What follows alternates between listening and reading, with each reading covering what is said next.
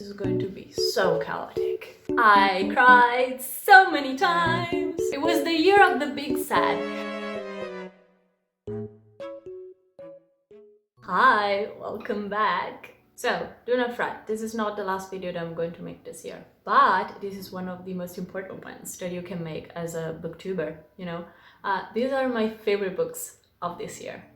And yeah, I know, the year has not ended. I could still read like one of my favorites. But I am reading The Way of Kings, which is 1,200 pages long.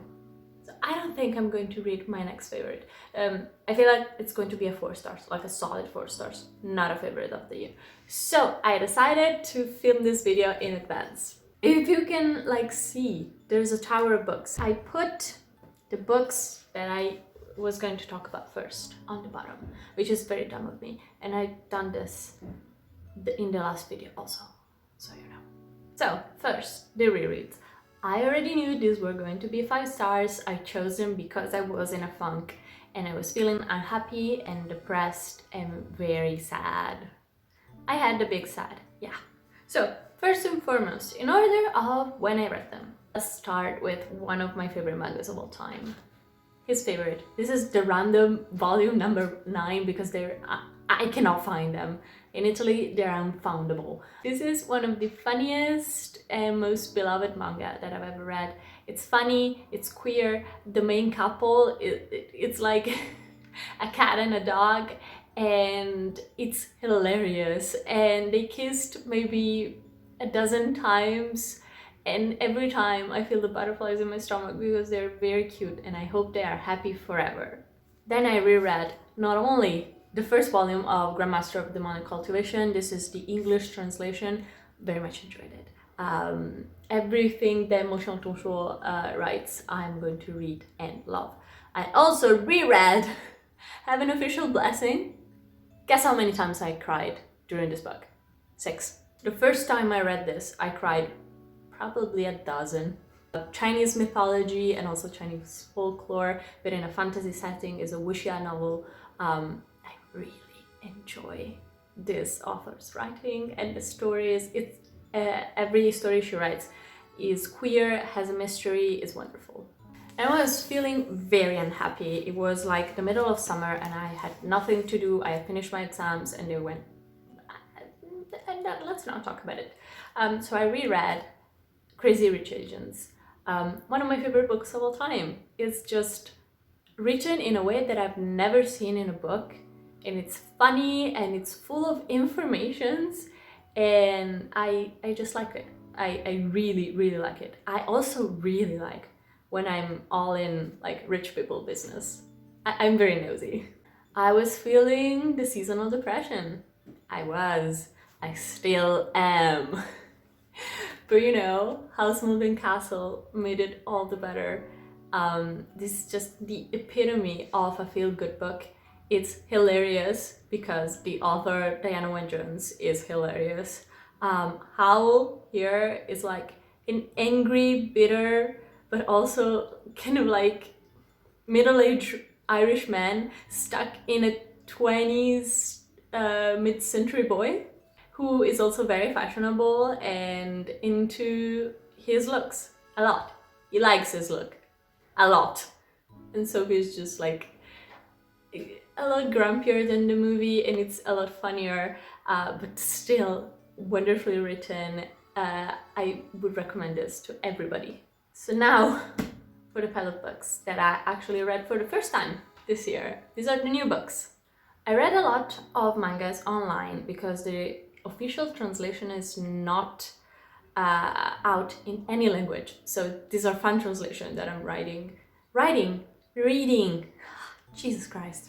So the first one from one of my favorite mangakas of all time is Psychedelia by Takahashi Hidebu. It's a cop story with a paranormal twist. One of the cops gets shot and his ghost, like remnant ghost, visits his partner and they're in love with each other, but they also solve the mystery of who done it. The drawings have a certain style that I like, and it's so distinguishable. Only Takahashi Hidebu has the style, and I love it. Grey Water by mangas. I cried so many times reading this book. It was kind of embarrassing. I have a vlog in which I read this book.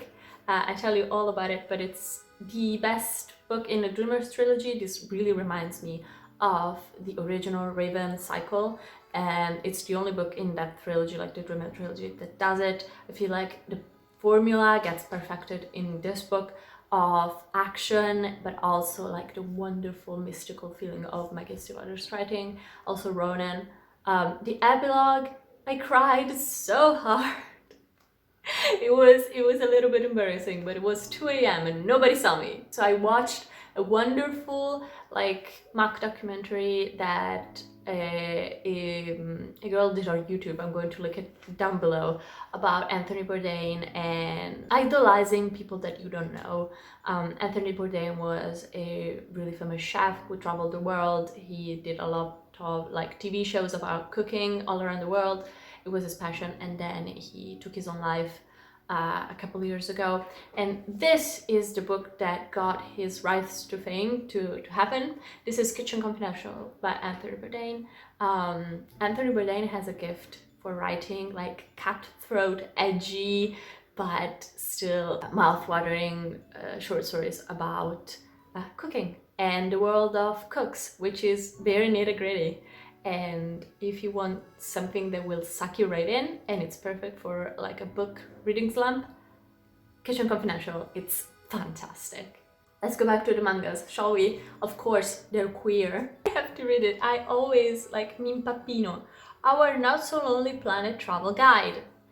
These are two kind of friends, kind of in a relationship, guys that travel all around the world. They visit, in the second volume, Venice, which is the city that I'm in. They also travel to Belarus, they travel to Finland, Germany, France in this volume, but also so many other people.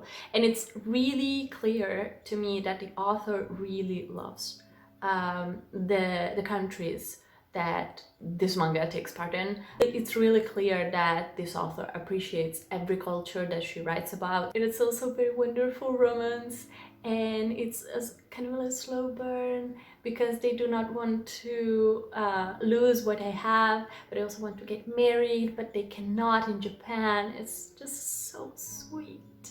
Also the food is amazingly drawn in this manga. You already saw the cover. Less is Lost, the sequel to Less by Andrew Chongier. Less, the first book, is my favorite book of all time, like one of my favorite books of all time, and this is the sequel. It's not as magical, but still, because the plot is there, the magic is there, the writing is so fantastically written in second person, omniscient. It's like you, Mr. Less, you are doing this thing, but in the first book you don't know who's talking here, you know, so it loses kind of like that magic of the mystique.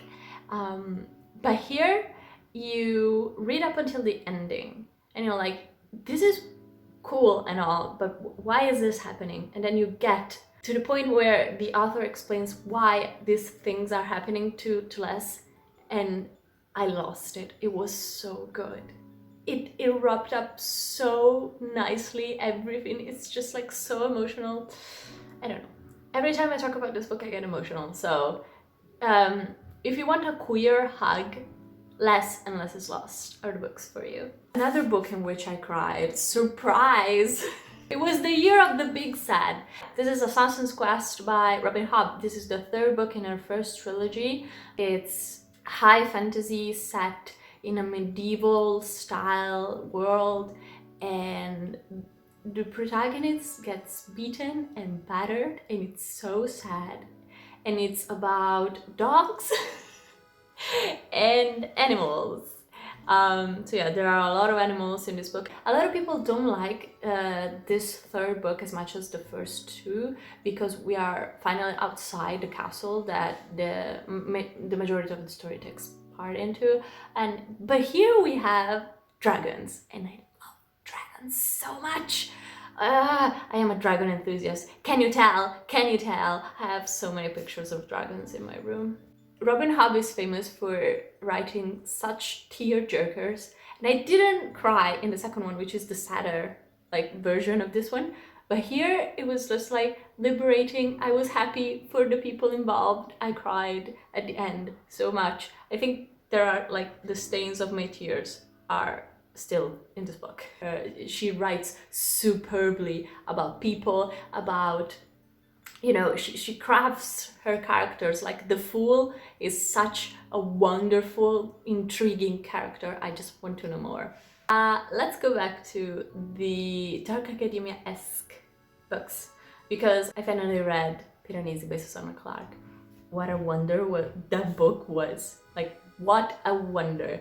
It is. I cannot tell you anything about Piranesi aside from there is a mystery, and it's kind of like magical realism, because the less you know about this book, the more you're going to enjoy it. And I know it's infuriating when people say it, but this time it's true. Susanna Clarke writes with such minute and detailed style that it's not heavy at all, and it's very Dark Academia-esque because it deals with research and knowledge. And just like, it took me by such a surprise. I was ready to hate this book because everybody told me that I was going to like it, and I am a contrarian at heart. I am a hater at heart. But this book, you know, it was a 5 stars, of course. These are all 5 stars. Do I have any romantic bone in me? Oh, Alice, you may ask. Yes, I do. And my only romantic bone goes to Emily Harry and this book, Book Lovers. I really liked Emily Harry's past 2 books, You and Me on Vacation, or The People We Meet on Vacation, I think it's the alternative title, and Beach Read. But I feel like in those books something was missing, and this book brought it right in. This is about book people, like people who work in publishing, and it deals with the tropes without using them and like subversing them, like a small town romance, enemies to lovers, side characters who do stuff. This is what banter should be in real life. I want a Charlie Lastra, which is a hilarious last name if you're Italian like me. Why Lastra? I don't know. This melted my little shriveled, dark, tiny heart. It's a feat to do that. Let's talk about something else that made my little shriveled heart like beat for like a split second. Beetle and the Hollow Boat. Do you want a sapphic story about a little tiny ghost stuck in a mall and like a wonderful romance between a goblin and a girl made of bones? This is for you. This is like a cozy, fantastical graphic novel comic that I picked up on a whim because the art style was very cute, and it took me by such a surprise. This is one of the best sapphic stories that I've ever read. Yes, I'm going to say that. I'm brave enough to say it. It's not like a revolutionary plot, but it took me, like, it tugged all 3 of my heartstrings, and it made me smile and kind of giggle and blush. You know what also tugged on my 3 heartstrings, but this time made me bawl my eyes out? Warm Angel by Paradiso Harada. If you know Paradiso Harada, the author, you know that they write only fucked up stories. So I was hesitant to pick up this one. And this is one of the tamest stories. It's more about friendship than romance. It's about death and people who still have lingering feelings in the world of the living. But the ending, I was not prepared for that ending. And I was like, surely there's going to be a second volume. No, it's a single volume issue. It's the story is just one single fucking volume. I hate this. I hate this. I hate this. I hate this so much. I gave it 5 stars. I don't care. For prize, this is a prize that I'm going to give this book. Most surprising book. It's a book talk book. And you know what that means, usually. My tastes don't actually align with neither booktube nor book talk. I don't know, am I a hipster? A Then I read The Atlas 6. I was in a flute retreat, like a musical camp retreat, and I was supposed to study, and instead I read this book. Devoured it. I did not have the physical copy with me at all times, so I downloaded the ebook and the audiobook to finish it. In other languages, this is the Latin version. This is one of those books that it's like, you're not supposed to like the characters. You're not supposed to like the plot because there's no plot. It's just like vibes. And if you like it, you like it. If you don't, you don't. It's, you know, a question of taste. I feel like if you read Oligarchy by Scarlett Thomas, you're going to like this one. It's a very loose magical system in place. It's about science, which I love. I'm a woman in STEM. And yeah, did I like any of the characters? Yeah, kind of. Not all of them. But am I rooting for all of them to find peace and happiness? No. No. I kind of want Parisa to choke. You know, total normal thing to have for a book character. Surely. I also read the sequel, which is not as magnetic, but it's still very good. So yeah, this took me by surprise. A book talk book that I actually like. What a surprise. And then, this is possibly my favorite book of this year.